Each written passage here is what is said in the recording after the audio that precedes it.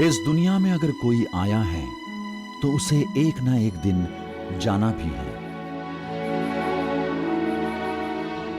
जन्म और मृत्यु एक ही सिक्के के दो पहलू हैं और मृत्यु ही इस जगत में सबसे बड़ा सत्य है। बहती हवा सा था वो, उड़ती पतंग सा था वो, कहाँ गया उसे ढूंढो। हमको तो राहें थी चलाती, वो खुद अपनी राह बनाता, गिरता संभलता मस्ती में चलता था वो।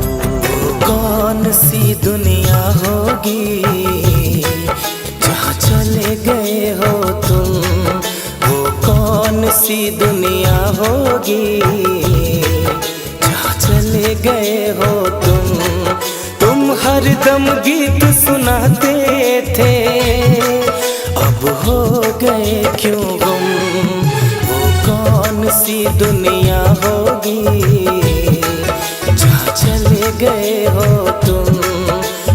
माटी के बनल शरीरिया, माटी के बनल शरीरिया, माटी में मिल जाइए भाई हो, केहू कुछ लेके नहीं जाई, केहू कुछ लेके नहीं जाई ये भाई हो, केहू कुछ लेके नहीं जाई हो।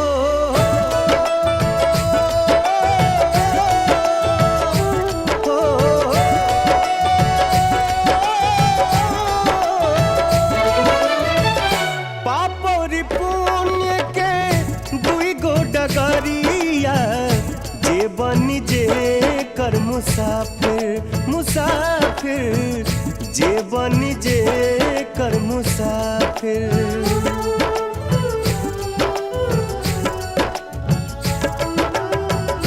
पाप और पुण्य के दुई गो डगरिया, जे बनी जे कर मुसाफिर, मुसाफिर जे बनी जे कर मुसाफिर। धर्मराज के धर्म कटापा, धर्मराज के धर्म कटापा, नेकी बदी तौलाई ये भाई हो, केहू कुछ लेके नहीं जाई, केहू कुछ लेके नहीं जाई ये भाई हो, केहू कुछ लेके नहीं जाई।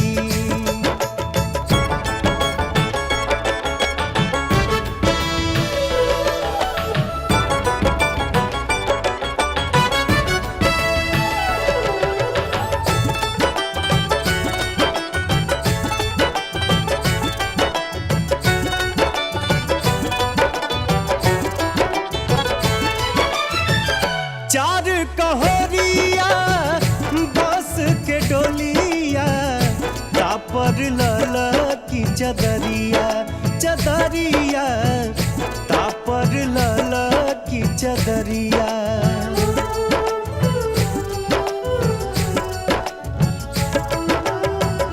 चार कहोरिया बस के डोलिया, तापर लाला की चदरिया, चदरिया तापर लाला की चदरिया।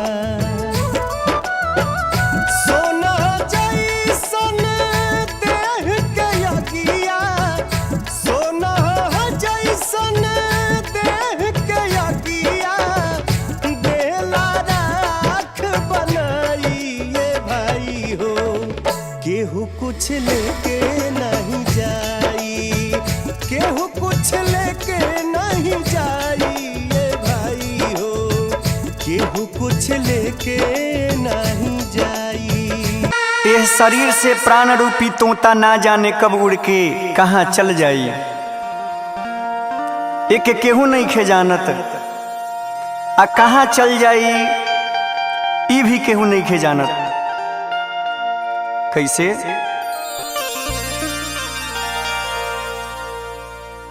आर पी जाड़ा के छोड़ी के सुगानामा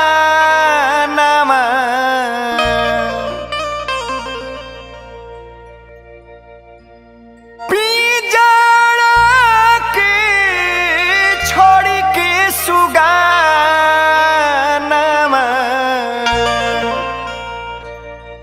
ना जाने कहाँ पराइले राम। भंवरवा के तोहरा संग जाई, भंवरवा के तोहरा संग जाई, के तोहरा संग जाई, भंवरवा के तोहरा संग जाई, भंवरवा के तोहरा संग जाई। आवे के बेरिया सबके हु जाने, दुआरा पे बाजेला बधाई बधाई, दुआरा पे बाजेला बधाई।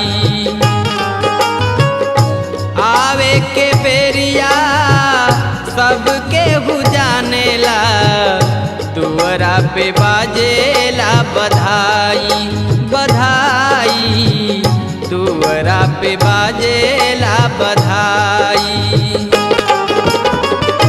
जाए के बेरिया केहू न जाने, जाए के बेरिया केहू न जाने, हंस अकेले चल जाई, भंवरवा के तोहरा संग जाई, भंवरवा के तोहरा संग जाई, के तोहरा संग जाई, भंवरवा के तोहरा संग जाई, भंवरवा के तोहरा संग जाई।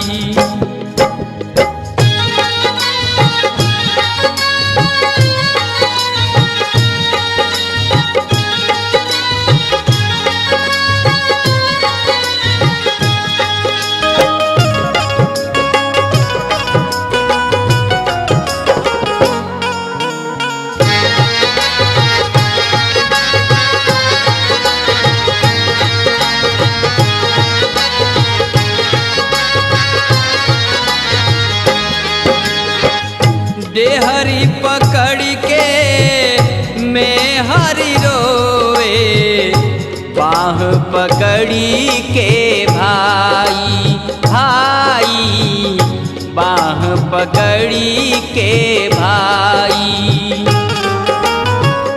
देहरी पकड़ी के मैं हरी रोवे, बाह पकड़ी के भाई भाई, बाह पकड़ी के भाई।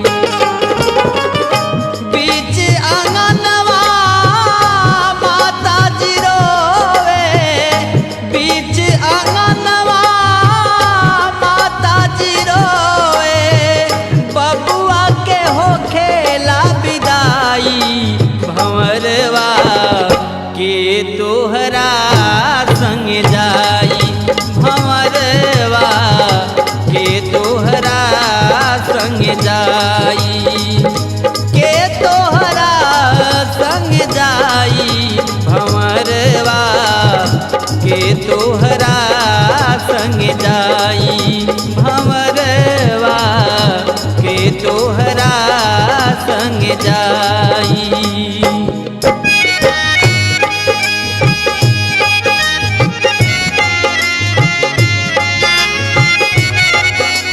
काहे फंस गइल बाड़ा माया के बजरिया में,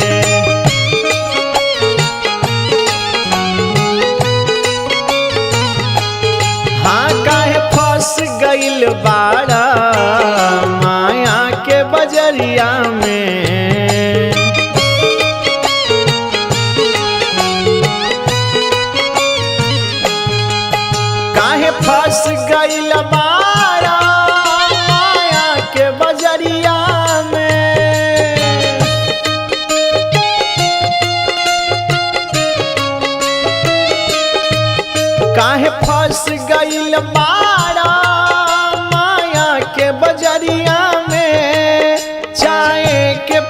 एक दिन, जाए के पड़ी एक दिन घन घोर अन्हरिया में। आवो काहे फंस गइल बाड़ा माया के बजरिया में।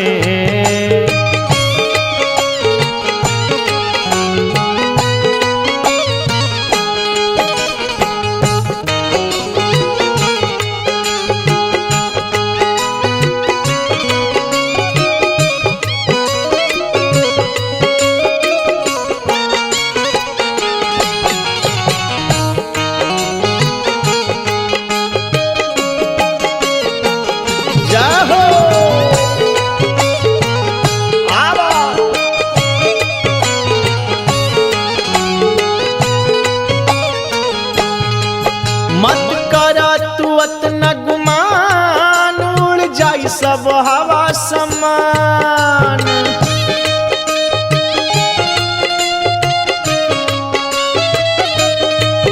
जहिया शरीर से प्राण निकली तहु टीवी, कूलर, फ्रिज, एसी आहो जन 50 लाख के गाड़िया खरीद के रखले बाड़न, एको इंच अपन जगह से ना हिली कि हमार मलिकवा जाता तनी हमहू छोड़े चले जाई। मत करा तू अतना गुमान, उड़ जाई सब हवा समान।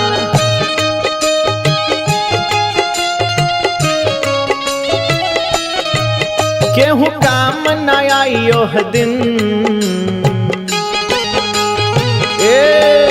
केहू काम न आई ओह दिन धर्म के डगरिया में।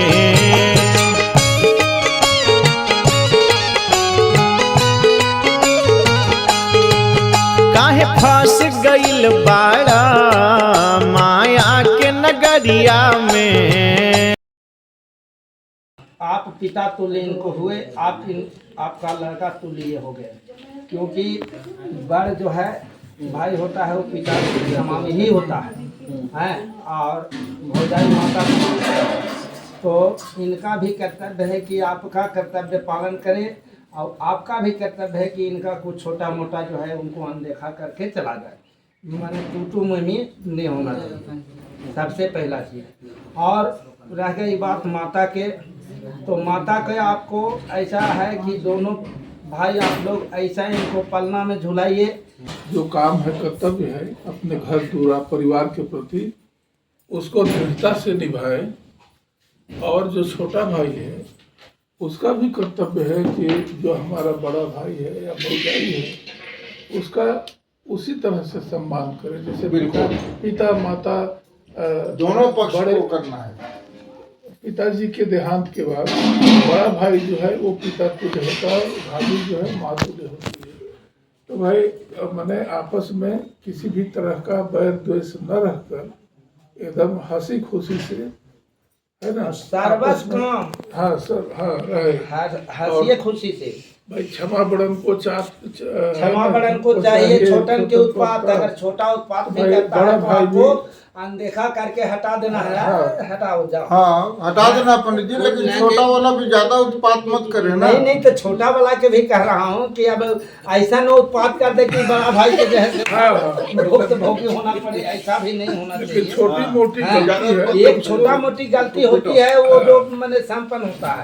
अब ऐसा नहीं कि एगो हड़ोला गलती करके और चुपचाप बैठ जाए और आपसे सलाह से, आपसे समझौते से कोई काम को करे। हाँ कोई चीज होता है आपस में आता भी है इसको आप एक ही जगह बैठ करके और आपस में सलाह। सुनिए पंडित जी, एक बात मैं और कहना चाहता हूँ जी, कि जैसे हमारे पूज्य बड़े भ्राता थे, बड़ा भाई, उनसे बड़ा कोई नहीं था, उसी तरह से ये है कि इनसे बड़ा कोई नहीं है। भाइयों में कोई जितने भी लड़के हैं इनसे बड़ा कोई नहीं है। और आज बड़े भाई के सिर पर पगड़ी बधा रहा है तो हम लोग का भी कुछ इनसे उम्मीद है। ऐसा नहीं है कि भाई अपना ही करेंगे, हम लोग का भी कुछ उम्मीद है कि हम लोग को भी थोड़ा लेके चले, है ना, और दुख तकलीफ में बेड़ा पार करें। हाँ बेड़ा पार कर। बस यही है। और भाई माता जी का भी पूरा सम्मान देना है। देखिए, माता जी के तो माता जी का जो भी दुख तकलीफ है उसको हरण करना पुत्र का ही, और पुत्र के काम है भाई, हरण करना पुत्र वधू का ही काम है। अपना करेंगे, किसी भी प्रकार की उनको दिक्कत समस्या नहीं होनी चाहिए है। हाँ। लोक रीति क्या होती है, गांव घर क्या होता है, हित परिवार क्या होता है, टोला पड़ोस क्या होता है, इष्ट मित्र भाई बंधु ये सब क्या होता है, ये सब आपको सबको लेकर के और सुचारू रूप से चलाना है। पूरा पंडित जी पूरा वजन आ गया। हाँ, अब सारा बस वजन बड़े होने के नाते अगर पिताजी आपके रहते तो सारा पिता पर वजन रहता है। बेटा हमारे चोरी करे, डकैती कर रहा है कि पढ़ा रहा है कि मास्टर है क्या है, वो जिम्मेदारी पिता पर रहता है। अब पिता के जाने के बाद पुत्र के ऊपर आता है, बड़ा लड़का पर आ जाता है, सारा जवाबदेही इन्हीं का है। क्योंकि अभी अरविंद जी के कोई पूछताछ नहीं होगा कहीं पर भी। सबसे पहले अखिलेश बाबू के पूछताछ होगा, उसके बाद इनके बाद यदि ये बाहर गए हैं या कोई काम पर निकल गए हैं तब इनको खुद होगा, तब इनके बदला ये काम कर सकते हैं। और नहीं तो सबसे पहले पुकार इन्हीं को होगा। पूरे जो टोला पड़ोस ही परिवार जो भी है सबसे पहले इन्हीं का पुकार होगा, इसके बाद छोटा का पुकार होगा। वैसे ही पंडित जी भाइयों में सबसे बड़ा है। हाँ। सब भाई को भी लेके चलना है। कितने भाई तो अभी है भाई चाचा चचानी दुनियादारी जितने तो हम तो बताइए दिए कि हित परिवार टोला पड़ोस गोतिया नैया इष्ट मित्र भाई बंधु पर परिवार सबको आपको देखना आप ही को है, आप ही के नाम से आवेगा। कोई विवाह शादी में संपन्न होगा तो आप ही से होगा। ये कोई कहीं पर ही कोई खोज पूछताछ करेगा तो सबसे अखिलेश बाबू कहाँ है, सबसे पहला आपका नाम आएगा। इसलिए सब सुचारू ढंग से चलाना है। आइए। काहे फंस गइल बाड़ा माया के बजरिया में,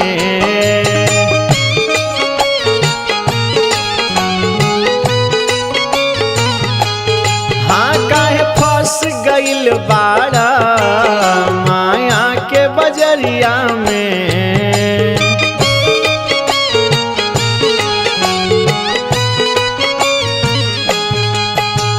फंस गइल बाड़ा माया के बजरिया में,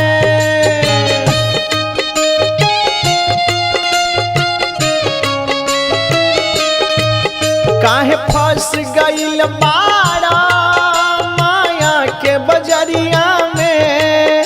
जाए के पड़ी एक दिन,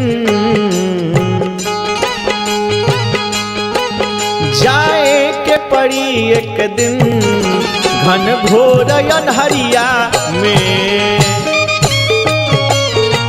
आवो हाँ काहे फंस गइल बाड़ा माया के बजरिया में।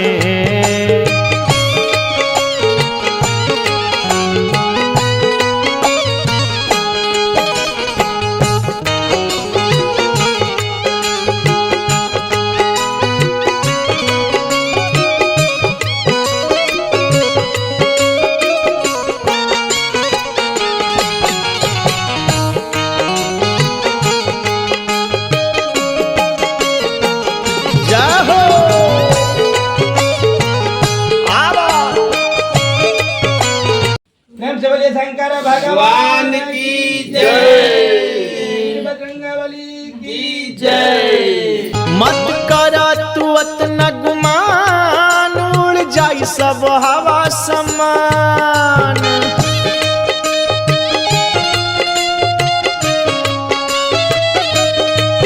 जहिया शरीर से प्राण निकली तहु टीवी कूलर फ्रिज एसी आहो जन 50 लाख के गाड़िया खरीद के रखले बाड़न, एको इंच अपन जगह से ना हिली कि हमार मलिकवा जाता तनी हमहू छोड़े चले जाई।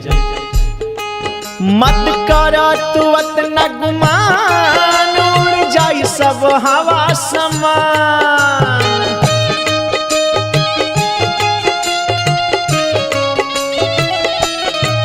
केहू काम न आई ओह दिन, केहू काम न आई ओह दिन। धर्म धर्म के डगरिया में